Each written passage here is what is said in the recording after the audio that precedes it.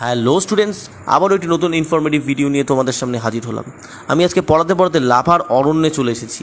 যাই হোক, parts of jokes. তো আজকে রবিবার, তাই ঘুরতে এসেছি। তো পাইন গাছ দেখে মনে হলো যে এর সম্বন্ধে কিছু তোমাদের সামনে শেয়ার করি। দেখো আমার হাতে কি রয়েছে, একটা পাইনের ছোট্ট একটা ডালের মতো অংশ রয়েছে এবং এখানে পাইন পাতা রয়েছে। তো দেখো ভালোভাবে, এই পাতাগুলো খুব সুচালো, চোখা খুব। কেন এরকমটা হয়? তার অন্যতম কারণ হলো এই পরিবেশ। চারিপাশে দেখো কুয়াশায় ঢাকা, অর্থাৎ কুয়াশা ঠিক না, এটা মেঘ। খুব সাবধানে ভিডিও বানাতে হয় এখানে। দেখো না, উঁচু নিচু একটুর জন্য পড়ে যেতাম। তো যাই হোক, চারপাশটা দেখো কুয়াশায় ঢাকা, সাদা এবং হাই অল্টিটিউড, খুব উঁচু জায়গা। ফলে এরকম উচ্চতাতেই কিন্তু এই পাইন গাছ জন্মায় এবং প্রচণ্ড শীতল পরিবেশ। এবং শীতকালে কিন্তু এখানে বরফও অনেক ক্ষেত্রে অনেক সময় পড়ে।